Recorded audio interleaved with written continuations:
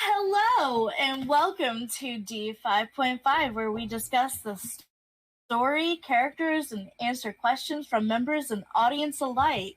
Today we have Austin, who plays Zephyr, Jeremy, who plays Gil, me, who plays Lucian. I'm Amanda, and today we have our DM, Matt. That's me. So Hi. I play everyone else. Today we will be discussing episodes 6 through 10. Last week we had to take a week off. I apologize for the inconvenience, but this week we will dive into a few of the episodes where we had a lot going on. The first episode we will discuss is Meet the Tibadrians, and just dive into whatever we want to. So let's start thinking about these few episodes. So when we first came into Tibadra, I remember it in my notes, because my handy dandy notes. We had, because Lucian was because she was protecting Pietro, and we had that encounter with Q, and she was all like, "Oh yeah, he's worth way too much," and Gil was like, "No, that's not how you do it." And then he offered something. He offered the skins he had taken off. Yeah, it's like Lucian was like, I definitely know how to deal with bandits. Absolutely. I know how to. These are my people. These are mine. These are my people. I know exactly how to do this. Said in the presence of their fucking prince. It was like so was a technical royalty. Well, at that point, Yeah, you didn't wait, know. like she didn't know that he was No, of their course. prince? It's just like it's just funny. Like I just find something innately amusing about it. Well, like that's something that like I enjoy about playing Lucian is like she's like Little Miss Know-It-All, and so like being in that situation in a situation where she doesn't know what the fuck she's doing, but she pretends that she does. Yeah, valid. Backfire. And then getting into the city was pretty cool too, you know. And meeting the Tibadrians was really cool. I liked the Queen a lot. And I have specifically in my notes when we first met the king, small and adorable. Yeah, I remember you thought he was like so adorable when you first met him, and can I just say like I wasn't here for the first episode, so I don't know if there's like a structure to this, but I did just want to comment. Yeah, no, I adore that part of it because I knew what like a selfish, cutthroat bastard he was, and like so like I loved like the initial build up of like him being really adorable and like, you know, having a relatively friendly and amicable personality to eventually build up to what he would eventually do.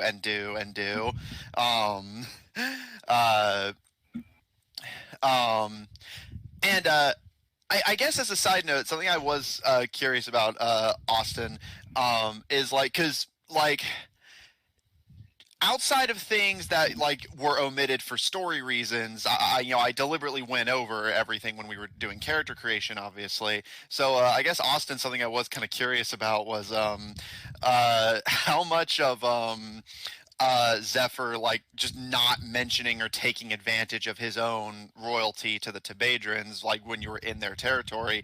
How much of that was like deliberately in character, and how much of that was like, I guess, like essentially not factoring in that would be a thing? because I remember like I was like, yeah, like, you were an adopted son of the king, you're royalty. um and like, yeah, like Zephyr was just like so like humble whenever it was finally revealed, and like didn't really take advantage of it. So like, was that an intentional thing that like Zephyr essentially didn't want to flaunt his power even when it would be to his advantage, just because that's not the kind of person he is? Mhm. Well, I will fully admit that, like, I think when we met Q, I kind of slightly forgot about that whole aspect. That I was like, oh yeah, or I'm not like, I'm like royalty. That they mess with me, they'll probably pay the price. But which, I mean, it kind of like, I think it kind of just showed as he, well, even then he just didn't care. He just sat in the back like, what happens happens. Mm-hmm. And then, but then yeah, I think it. Then he kind of just didn't like. I think he did kind of know around the time of when we kind of think we had to like they offered our weapons. I was just. I think it pretty sure the first time we went inside, we did give him our weapons and all that. He didn't say anything. He kept quiet, like, sure. Not like he needs Yeah, them. and I think Gil managed to get one measly little dagger. The That king is saw. that is not the point. The point was he got it past, not what it was, but the fact he actually managed it. Yeah, you got it past the guards, but then the king pointed out that he knew you had it the whole time. Um, Oh yeah, but that's besides the king's expected to be able to know that sort of stuff. yeah, you got it past some lowly thugs, and really that's what matters. Exactly. um, but yeah, no. It's the And yeah, small like, things in life. Get it? yeah, the small pleasures. That was just something I always loved about I always like seeing Zephyr's dynamic with just Tebedra as a whole, like as a unit, because like I think Zephyr in Tebedra is actually kind of the living proof, like the proof positive of why like he can eventually warm up to people more, and like why he does, contrary to what he says, doesn't just selfishly take every advantage he can get, because he's literally royalty and refuses to like even like give people orders despite having the authority, and like is clearly uncomfortable with having that amount of power over people. So just that's like an interesting aspect of his character that often kind of goes understated, but I want to acknowledge my appreciation for it, is like this character who's like, oh, I'm selfish, like I'm always out for myself, always looking for an advantage. And sure, he's like careful and strategic, but then like he's royalty, he's a prince, these people will obey him without question. And he's like, just like do your own thing, I don't want to boss you around, it's weird. um and that's great. And what's interesting is like I as a player had noticed, but I don't think Lucian had noticed, because like she's caught up in her own little brain. And like Zephyr's so private that like it doesn't really like it doesn't get lingered on. Like it's just like Zephyr's just kind of doing his own thing. Like he doesn't make his business anyone else's business, which is I think part of the reason he normally is in such conflict with Lucian, who famously makes her business everyone's business. Yes. Right. And everyone's business, her business. It's very true. She has to tell everybody everything every 5 minutes. And she has to know everything from everyone every 3 minutes. Well, it's just how she can't have any secrets. Well, secrets is one thing. Oh yeah? Zephyr going off on his own because he doesn't want us to know what we're doing. Automatic. Like Zephyr. Well, that's a few episodes later. That's not the point. Start that. I'm not going to start that with you right now. I'm just saying. But with these few episodes, we did get to we got to meet Summer, which Gil fell in love with. Jeremy, you want to tell us a little bit about how Gil feels about Summer? This is what I get for talking to you about any of her stuff. I mean, you mentioned Go on. I know, but I actually talked to Amanda just yesterday, telling her about what it was that attracted Gil. But the audience is itching to know. I mean, Don't give me that look. You could always just say no.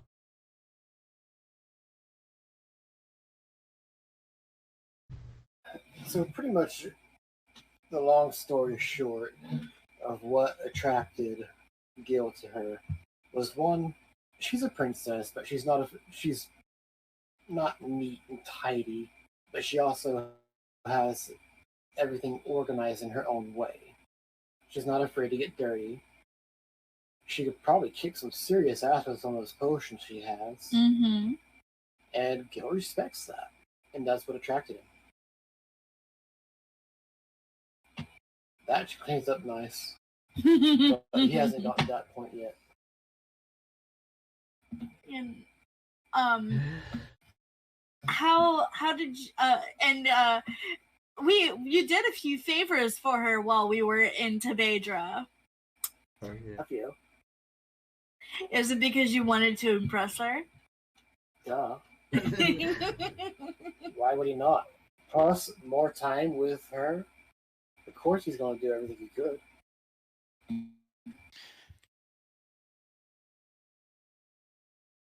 And then the letter to her dad. Oh my goodness, that was embarrassing. I wonder how long he stayed up in bed reading that letter. Wonder if he read that to, like, everybody. And, like... Oh, shit. He probably read it to everyone. It's like, a letter from Gil. And just reads the entire thing to his entire court. It's like, oh my goodness, no.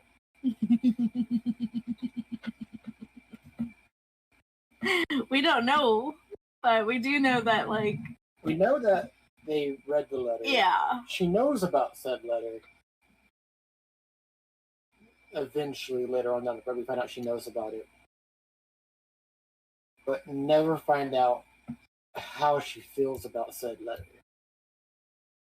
Well, I feel like on the way to Mercurial, Lucian kind of got to get to know her a little bit. You know, her and Lucian really seemed to get along really well. Which is scary. Which was, you know, it's a little terrifying knowing that these two women could get along very well. Like, this Tabadrin, you know, and this, you know, scholar mage can get along, and it's like terrifying almost. Like, with their powers combined, what can they achieve? But they did, you know, at Gil's expense, make a lot of fun at Gil. Yeah, but he didn't know about that. I know, He was too busy driving. But it was all in good nature. Sure it was. It wasn't just Lucian like, ha, I can make fun of Gil and he doesn't know. To be fair, Lucy's never hesitated to make fun of you to your face. Like, It's true. Technically, most recent episode, which I mean, it's not part of. yeah, she literally calls you an idiot, like more or less to your face. Yeah, but still, any chance she gets, especially to someone she knows that he's interested in, she's of course like, don't do it. He's an idiot. To be fair, she only did that to once.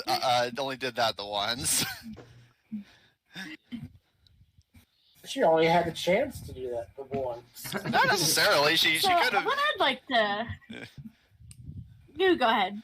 I was just gonna say, not necessarily. Like she could have like, and again, Lucian's not the type who would have hesitated to do it in front, like while you're flirting with that fucking counter girl at the broker's headquarters. Like Lucian could have easily just like, hey, I don't know if you know this, but this guy's really dumb. He swung a sword at an electric fence and knocked himself out. He's really, really stupid. Well, hadn't gotten to that fence part yet by that point. No, Thank but you like very much. after, no, when we came back. Yeah, like you get the point. And There was an opportunity. Yeah. Lucian didn't need to say anything. But she did was- want to say, she "Hey, was look, Gil sassy. is your girlfriend." Like Yeah, she- I've had to refrain myself from saying Yeah, that. she was sassy in her own way Yeah.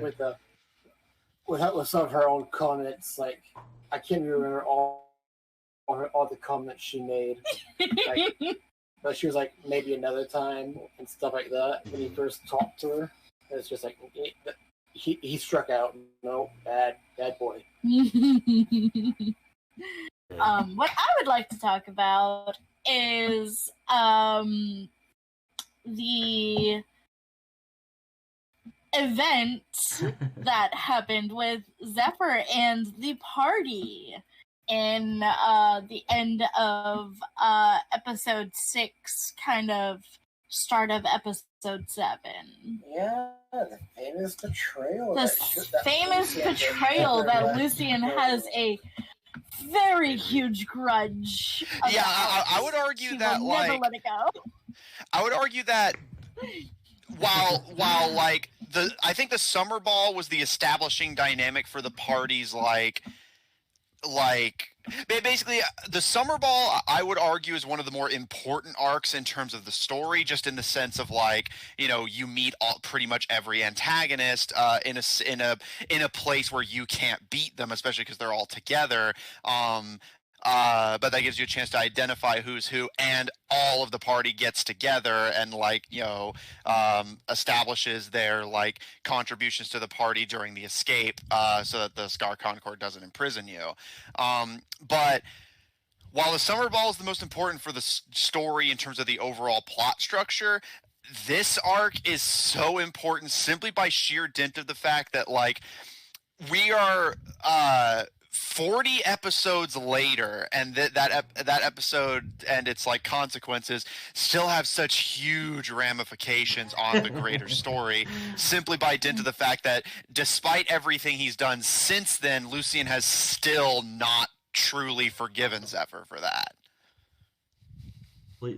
Yes, but trust is something easy to lose and hard to get back.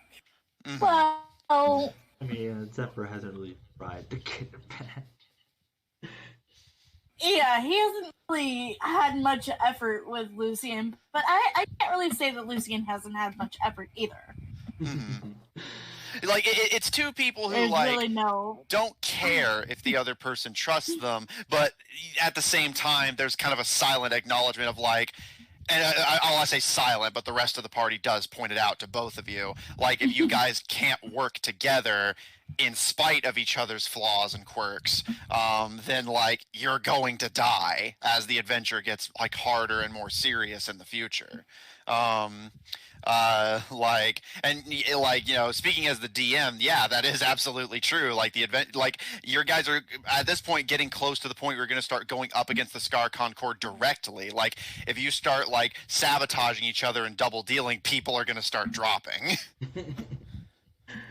Yeah.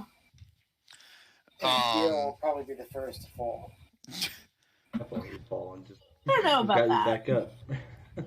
If anybody, my money is on Caro because she's just so cute and adorable. Yeah, but So I it would think hurt the Gil would most. be the one to jump. Yeah. But the reason I would say that Gil would be the one to die first would be because he would be the one to jump in front of Caro because of the fact she's so adorable and cute.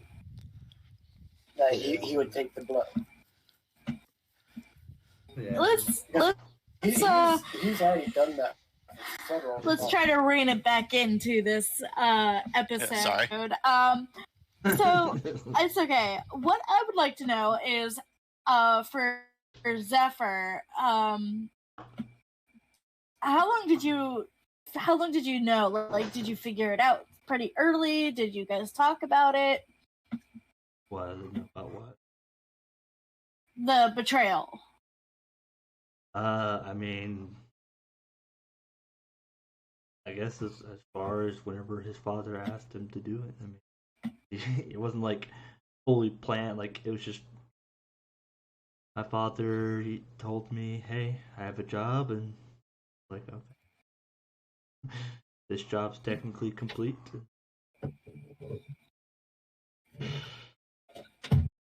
Off to the next.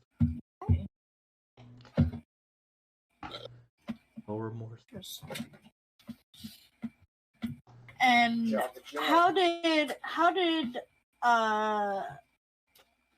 I'd like to know, how did Zephyr feel when it came to seeing his father betray him? Honestly, Well, was it a betrayal, or was it just survival? sometimes I can go hand in hand, but in this case, honestly, I kind of understood in a way, like, because I think Zephyr, in some weird sense of way, like, understood what was like. I think it showed that he did like kind of like fight a little bit, not like physically, but like verbally, as far as he was gonna get. Because while he is, while I am adopted to them,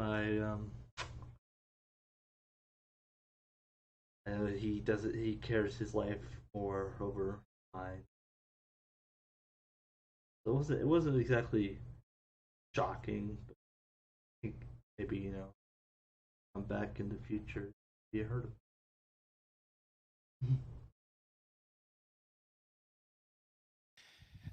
Yeah, like I think that it like even as the DM, that's something that like, because typically with how characters respond to things and how characters are affected by things, I let them try, or at least to the best of my ability, I let them make that decision. So I just focus on like the various characters I'm controlling. But yeah, that is kind of an underappreciated aspect of that scene that casts a lot of like shadows over the future arguments it creates between the party. That like Lucian gives Zephyr so much shit for selling the party out, completely neglecting the fact that Zephyr's adopted father, who's raised him for near of a decade, sold him out to a rival just to save his own skin. And even though he's a relatively decent fighter, refused to even put up a fight on the matter because it puts him at risk. Like, Zephyr's father basically just sold him to someone who clearly intends to kill him or worse. And on top of that, Zephyr has to deal with Lucian constantly giving him the shit over it. Yeah. I don't know if she thinks about it that way. I think that she's just like, she's thinking about, what he's done, not like the things that happened to him. Like, I don't think that she's considered that. Mm-hmm. Well, yeah, because like I think if I recall, I may be remembering this part wrong, but if I recall, I think Gil did actually point that out at one point. That like for all of Lucian's talk of saying this is Zephyr's fault, Zephyr's in a cage with the rest of you. Like Zephyr didn't benefit from doing this. Like and yeah, like that's just something he has to be, that's the world he has to live in now. And yeah, especially because like with Caleb's introduction, it was kind of discussed that Lucian kind of has like a lingering distrust of the Tebadrins as a whole, because of that. Again, completely neglecting that like none of the children of the family approved or were completely aware of the situation, and it was mostly their father pulling the strings, and like, but Lucian cast doubt on all of them because of that. Well, I was going to say, Matt, did Summer not know that? Well, she claimed not to. Oh yeah. Like she said, at least she said whenever you asked her about it, that all her father asked was to make a sleeping draught, claiming it was for himself and not for you. I think the most knowledge she claimed on the matter is that she suspected the plan might be to knock you out and then like rob you while you're sleeping. But like as far as she revealed, she had no foreknowledge of the Scar Concord's existence, let alone her father's involvement in it. Yeah, she mentioned that when we brought up the fact that it wouldn't put us to sleep because magic can't put us to sleep. she was all like, "Oh, I would have not done that because I know that you guys can't be put to sleep on magic." She probably would have changed the formula or changed. Yeah, changed she how would it have is. done something completely different. She would have, Yeah. she would have put So you the to sleep a fact different that way. the king didn't realize that. Yeah, and that's like that was meant to be, because I mentioned this offhandedly before, but the Tebajans were the first royal family I designed for this setting back when it was still intended to be a Pathfinder campaign. And the Tebajans as a whole were meant to essentially be a kind of fun examination of that kind of Game of Thrones style political culture. And specifically in regards to that, like the distrust of even your own family in royalty runs so deep that like her father accidentally sabotaged himself because he didn't think for even a second that his daughter might know better than him on the matter. He's relying on her expertise but refusing to trust her to make judgment calls on it. True. How about that fight with Barbarous? Yeah. That was a good time. I personally was very proud of myself with drowning him. I was very proud of myself with that.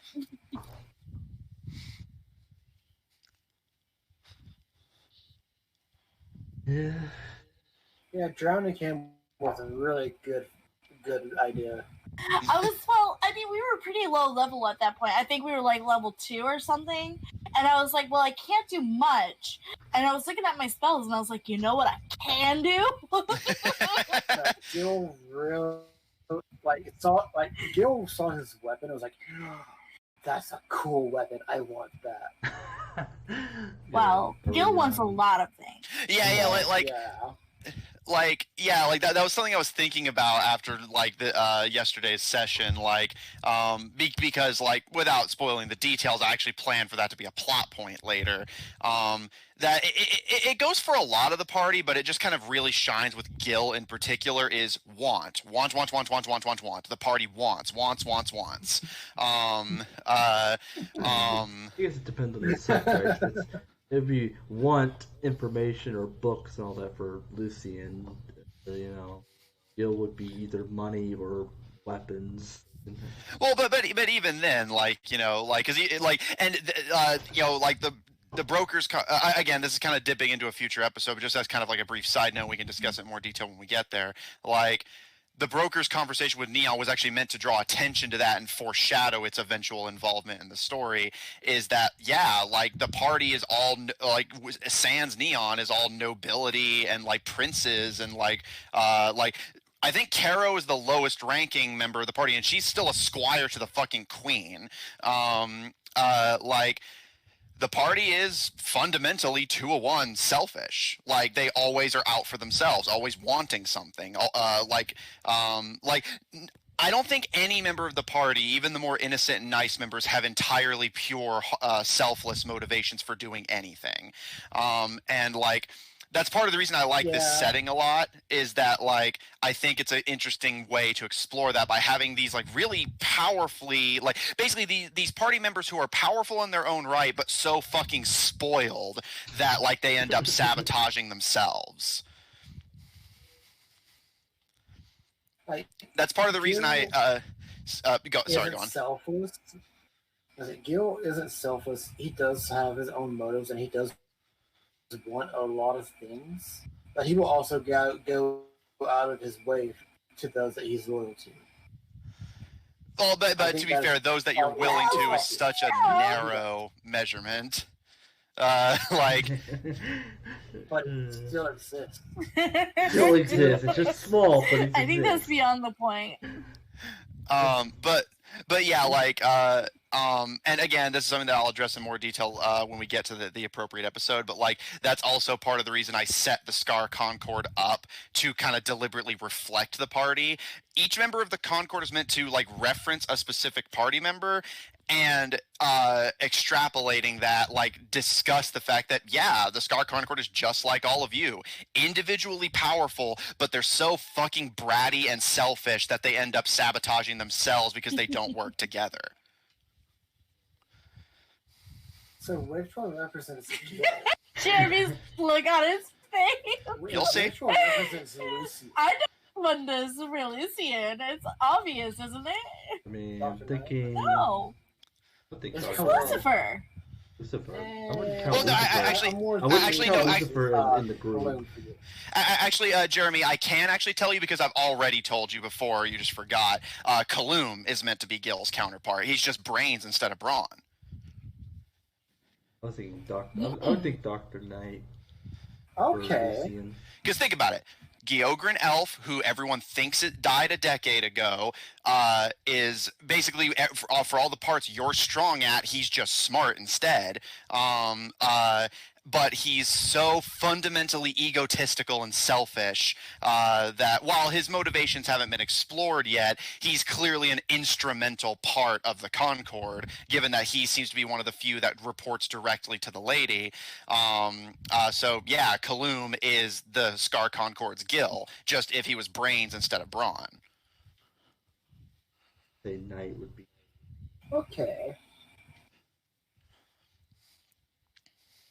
But like Amanda, write the like counterparts thing down for like basically the next D5.5, since that'll be like the summer ball proper, I believe. And I can go into more detail on like who's who, but like just like I bring it up just in extrapolation of the point which is being brought up here, is that like this was, I think, the first true glimpse. Like, it was hinted at in the previous episodes, but this, like, wrapping it back around to how we got here, this episode was the first, like, real glimpse of what is going to become the party's, like, constant pitfall, is that they're all fundamentally selfish and spoiled. Mm-hmm. Absolutely. I'm not about to deny that. I know that Lucian is very spoiled and very, very selfish. Gil can't deny it either. No, she'll deny it until her face is blue. She's like, no, I'm not selfish. I'm doing this for not myself. I'm doing this for the good of the party. I'm doing this for the good of the country. I'm doing it for the good of Wicked. I'm doing it for the good of something that's not me. I'm doing it for Shiva. I'm doing it for, you know... something that's not her. Yeah. Sure. And oh wait. yeah, like as always, just write it down so you don't forget. And actually, this is also a good segue because like I've talked about this before off camera, but I think this is the first time talking about it on camera. I feel like that contributes a lot to why Lucian hates Zephyr so much. Is that like it's not even the betrayal. It's that Zephyr is just as selfish as she is, but Zephyr's fine with admitting that. Like Zephyr's happy with who he is, and Lucian's not. And I think that's the fundamental reason Lucian can't stand him. Is that it's someone who's just like her, but not ashamed of who he is. No, I think that's completely valid. So what about when we go to Mercurial City after our escape from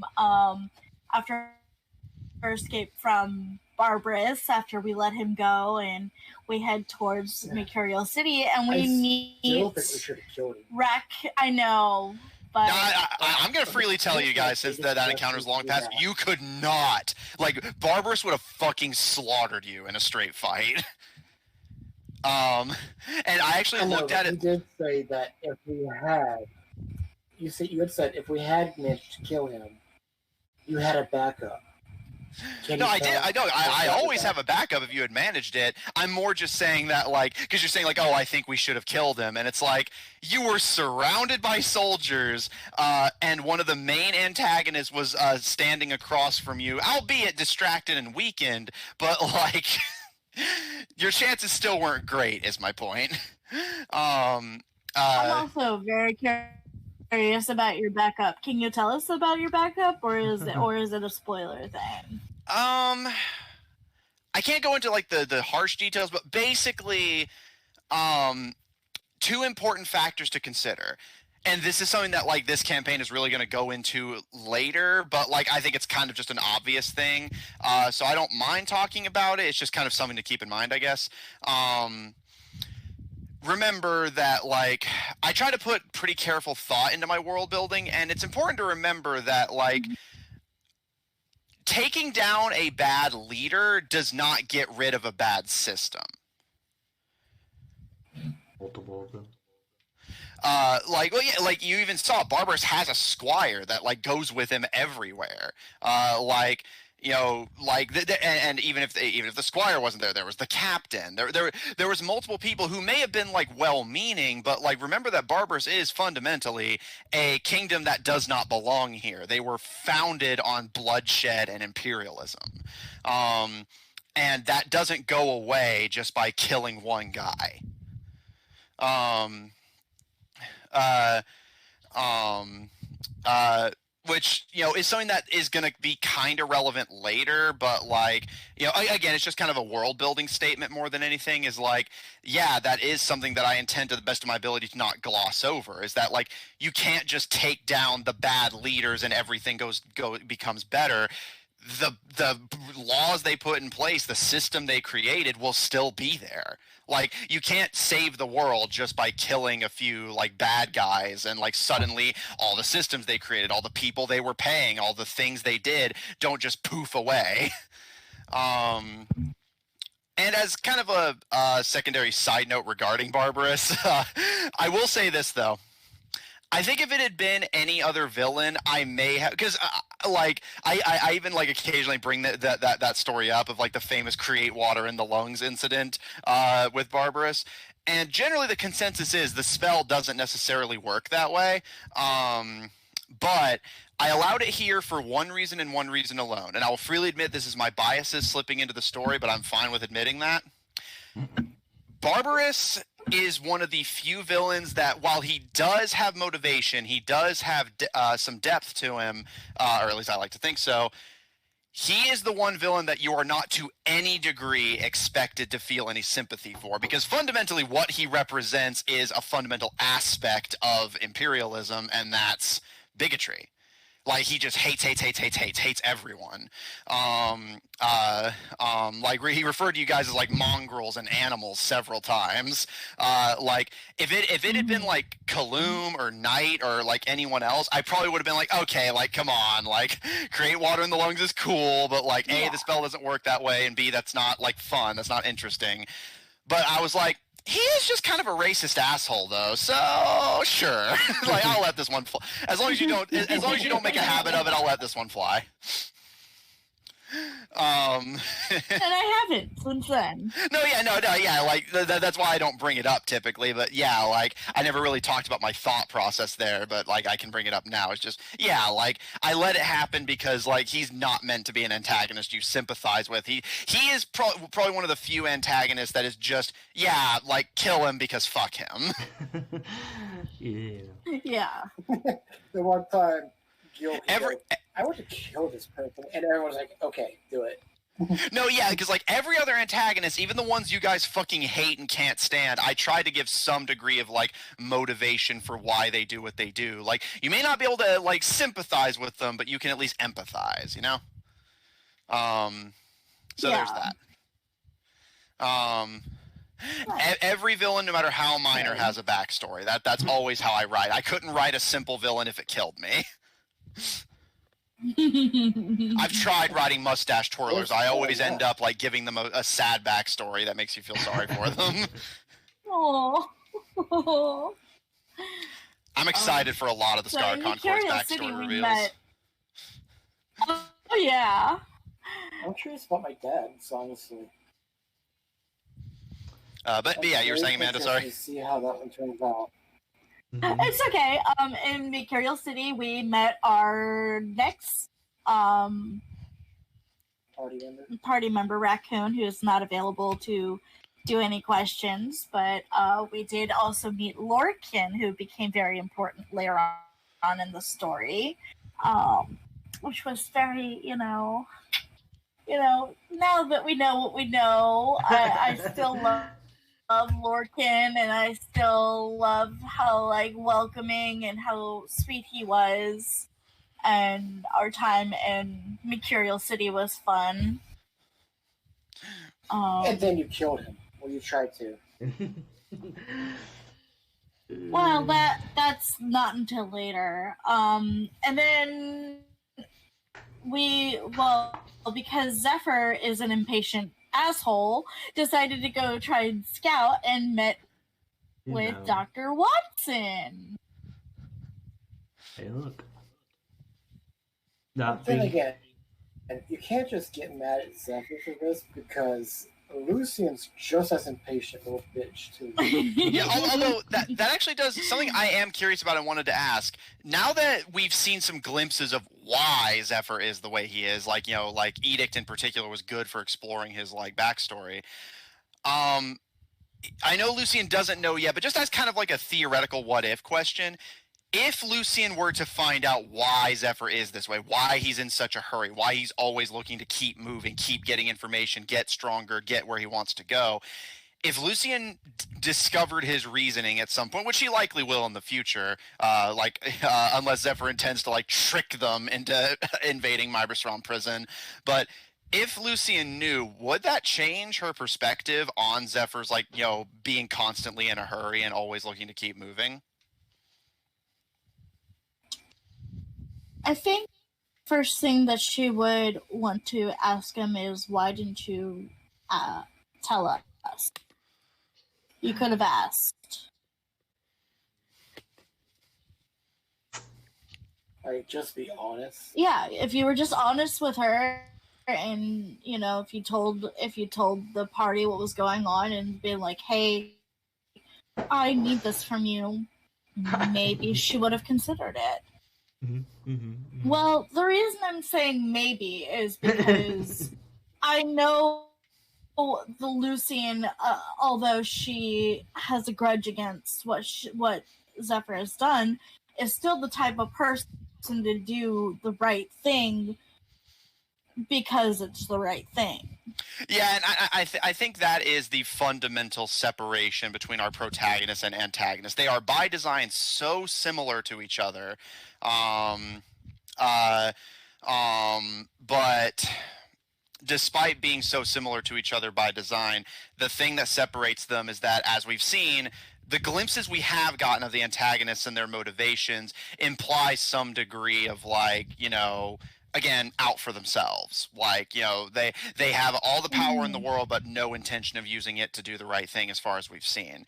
And that's kind of the fundamental, like, you know, for all of their faults, I've given the party a lot of shit this episode, but, like, fundamentally what makes them the good guys, despite their infighting, despite their flaws, is the fact that, like, even the most selfish among them are in agreement that at like even if they have alternatives, a lot of the party does have other places to go, things they could be doing instead. Zephyr and Caleb still have a place with their family. Like, Lucian, in theory, could return home with the Queen's blessing. Like, Caro can go back to Blackthorn or even return to her homeland. Like, a lot of the party still has a life they could go back to. Sans like 2 members, I think. Yeah, sans 2 members. But they choose not to. They choose to, like, jeopardize that to do what's right, because the Scar Concord is putting the land in jeopardy. And that is fun. That is fundamentally, for all of their faults, what makes them the heroes.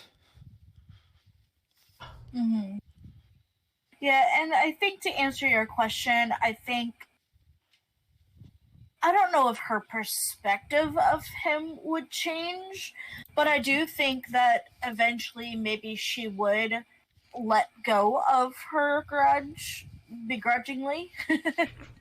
Like, she would just be like, you know, I think she would slowly start maybe trying to understand him more. Maybe. Yeah, because we talked about this at the time, like, out of character, off screen. But, like, had the positions been reversed, Lucian probably would have done the same thing. If it was Lucifer, she would have not even hesitated.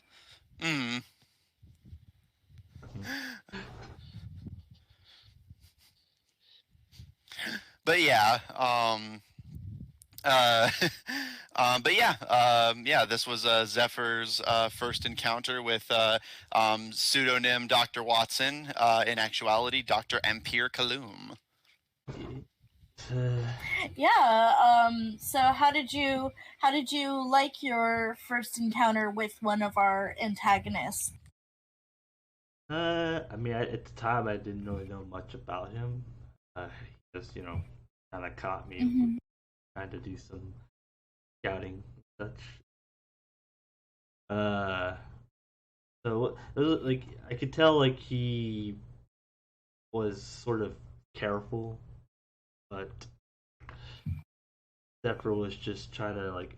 I just want to get inside this place, whoever you are. Frankly, I don't care. And luckily, we managed to make a deal. As I pretend, I believe I pretended to be.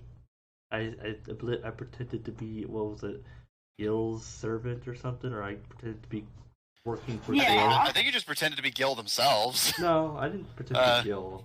I said Yeah, I pretended. you did. You claimed you used my name. I used your name. When Colleen asked for a name, Yeah, I used your name as like who you was I said that working you for. were me. No, I didn't say it was you. I said I was who I was working for was for you. I was working for Oh, you. okay. I didn't say I told him. Yeah, this was like 40 episodes ago, but regardless, yeah, the point stands. Yeah, no, I will freely admit, like, while I don't play favorites in the sense of, like, who I focus on, like, I try very, very hard to not give, like, certain antagonists more or less attention than any other. And, I love all of my children equally, but if I had to pick a favorite among the antagonists, it is absolutely Empire Kaloum. Like, just as we get further into his business, like with his personal backstory, as more of his personality unfolds, Kaloum is just one of my favorites. I've spent by far the most time, like, practicing his, like, eventual, like, dialogues and mannerisms. And like, so yeah, like, while it doesn't, like, I try not to let it like detriment any other character, I will freely admit that Kaloum is one of my favorites among the antagonists, simply for like story reasons that we will be getting into, of course, but just, as kind of a side note. Okay, and Matt, up to this point, what was one of your favorite scenes that you're most proud of? Yeah, any episode from now until episode 10. That's a good question. I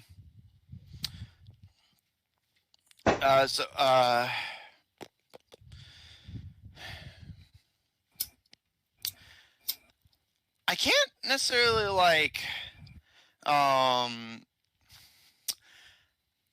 I don't think there's any like one scene of mine that I'm particularly proud. Not to say like I disliked them, just like, more like no one in particular stands out to me like amazingly so. Like more than anything, I actually just more remember you guys' contributions to the story at this point than my own. If you don't mind, you can talk about those.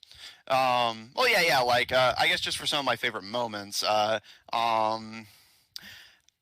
loved Lucian's like fondness of Pietro, who, like, was kind of like, he was there because like it suited the story, but like I loved like Lucian's like genuine bonding to him, like when he could have, like, in the hands of a lesser party or player, he could have just been like a fucking unremarkable bit character, like fucking escort mission basically. I love how Lucian like it really, that's the spirit of D&D right there, is that while if in a video game this would functionally just be an escort mission, Lucian actually giving a shit about Pietro like escalated it to being a thing of like, oh, like this is an actual like character with feelings and motivations. He even had some like backstory stuff that like never came up that I wrote just in case. But we might not be done with the Shadow Lily Confederacy yet, so we may see him again. There's still all of y'all to explore after all. Fucking but yeah, so yeah, like I liked Lucian's just like kind of bonding with Pietro, and like this chunk of episodes, like I always like episodes like this for the practicality of establishing dynamic. Like the betrayal and the subsequent journey to Mercuriald, I think, like, really established like what would become the long-term dynamics of the party, which, you know, have like ebbed and flowed since then, but remained relatively consistent outside of major story beats. And that's Lucian looks down on the other two, in Zephyr's case for being selfish, and in Gil's case for being, like, in her eyes, unintelligent, at least not intelligent in the way she respects. Gil, you know, sees Zephyr as, like, you know, a little bit of a wild card, but, like, you know, as potentially helpful and a good ally if he's motivated properly, and kind of caught in the middle between, like, Lucian's, like, beautiful and clearly has a good heart, but then she opens her mouth and suddenly, like, oh yeah, that's why we're not dating. Yeah,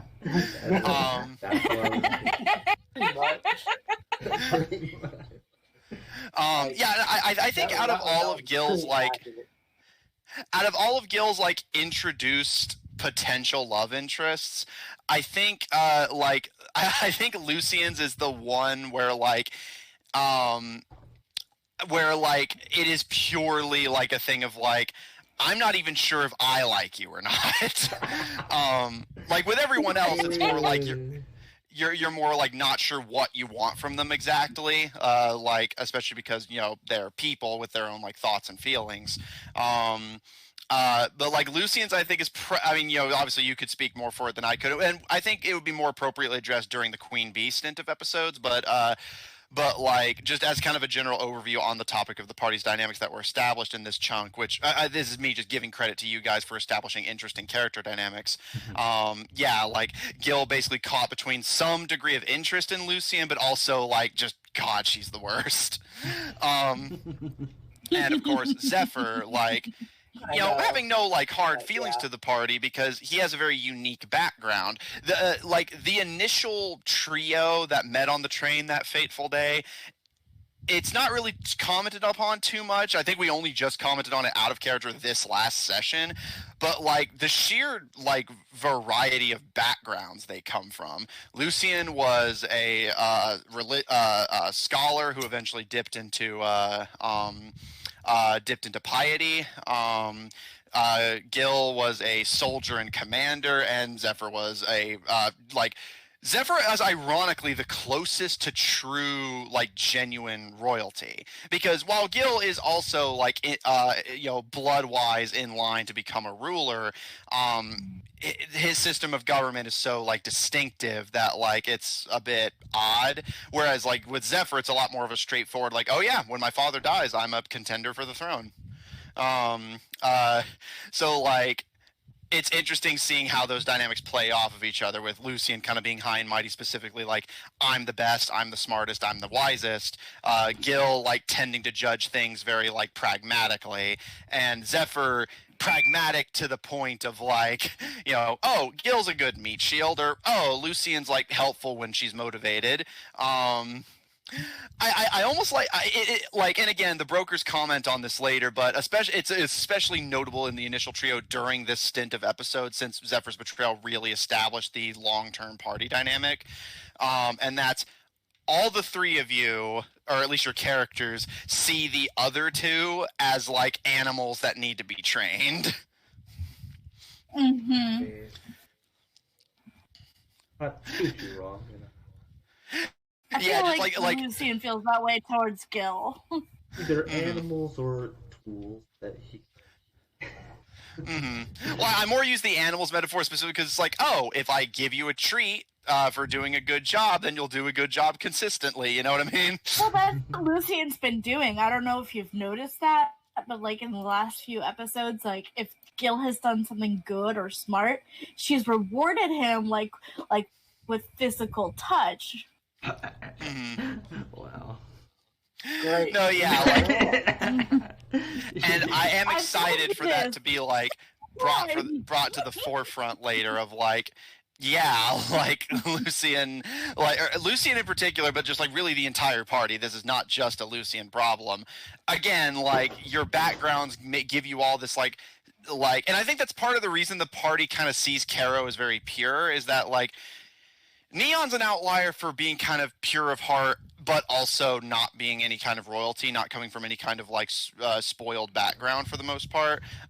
Whereas even like Caro is kind of like oh, someone like us cannot be like, because I think Caro's the only person who has like nothing to gain, everything to lose, and goes into it with the mindset of what you would expect like Caro, which is fitting because this is by design. That's why by design she comes from like a foreign land.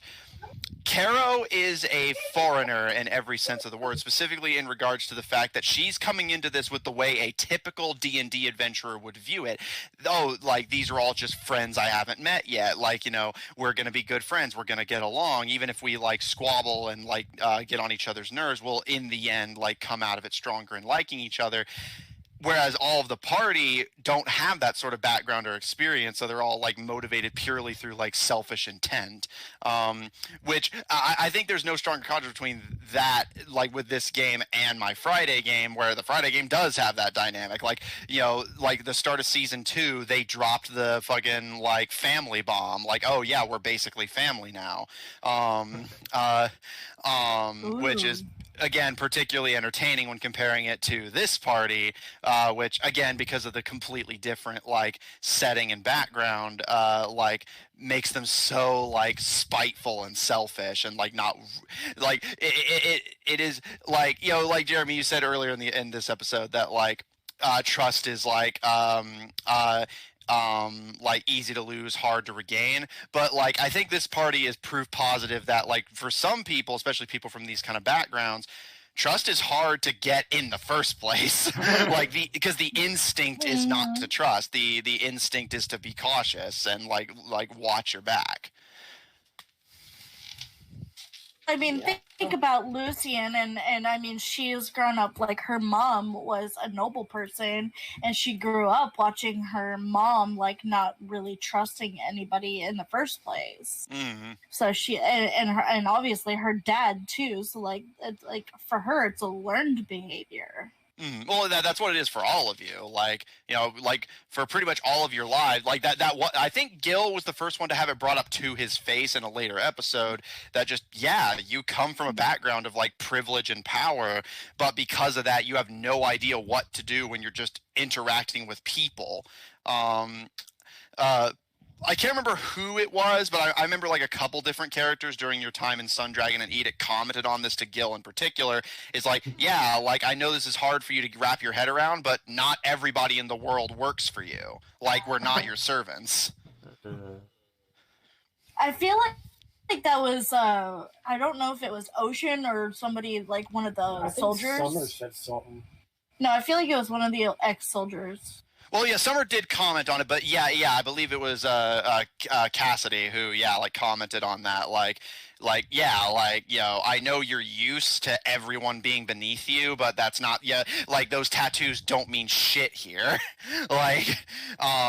So Gil was the first person to have it brought up to him, and I think that kind of shows in the fact that Gil has had like a lot of kind of unspoken and understated character growth, kind of more and more coming to terms with the like he still tends to like get in over his head and not think fights through, but like he has shown a legitimate like learned capacity for like being cautious and strategic and not just running in. I think what Gil's current biggest failing is just that he still hasn't let go of that, again, learned behavior of greed, which again is going to be like brought up later. Like Gil sees a pile of treasure and he will immediately go full dragon and kill whoever he needs to get it, even if he doesn't need it because someone else has it and he wants it.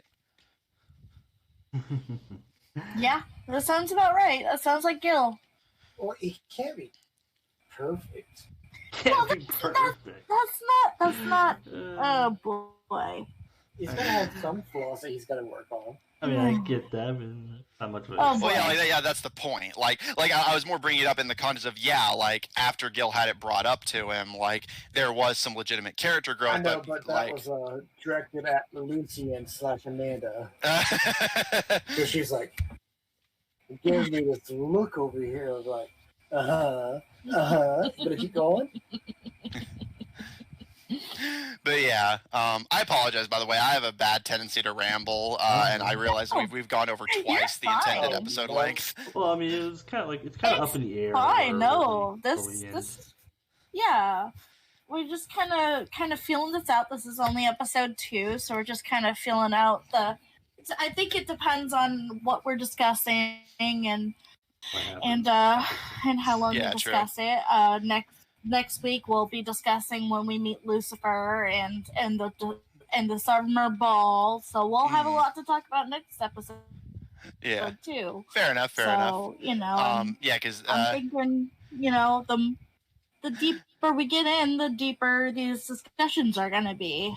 Fair enough. But yeah. So let's circling back to why I brought all this up. So like basically, don't get me wrong. I'm pretty happy with how everything turned out. Like, it's not a thing of being disappointed. It's more a thing of just like I don't have any particularly standout things I want to draw attention to, but I do want to comment on, or rather, I did want to comment on, like, for you guys, just like that like establishing those dynamics and like character growth ebbs and flows, but like those being the relatively consistent like focal points is like like as we already discussed. Hey. Does anybody have anything else that they want to discuss? Well, I don't think I have anything really. For later episodes, I can't remember. What about the tournament? Well, that is later. episode Probably 11 or 12. Yeah, episode 17, I think, or 17. Probably next week. Well, yeah. Like, you guys had just gotten to Mercurial, so the tournament definitely hasn't happened yet. Definitely hasn't happened. So I know that later on the episode. It's not next week, but the week after. Mm. Yeah, I have some discussions about Gil with his his technical portrayal on Zephyr, technically, But that's for later. Yeah, and I do have one last question for this zone for Jeremy. Again, while Gil has like talked a little bit about it, like in the long term, like after there's been some time to process and recover from it, when it was just like in the moment, Gil never really like commented on like what was his like opinion on like Zephyr's betrayal, like, because Lucian was very vocal about it, and while Gil certainly made his like displeasure at it known later and like later discussed it, we never really got a glimpse of how he felt in that exact moment, like when it hit that 1/3 of the party had sold you out. Oh boy. I guess I never really thought about it, but as far as how he felt with the betrayal, I don't want to say he wasn't surprised, because once again, he didn't trust very well yet. And Zephyr had already shown tendencies of being out for himself, going off on his own, and doing his own thing without the party being aware. So, in a way, he wasn't too surprised about the betrayal, but he was still disappointed that even though they hadn't been together very long, the things that they had gone through apparently wasn't important enough for him to stay loyal.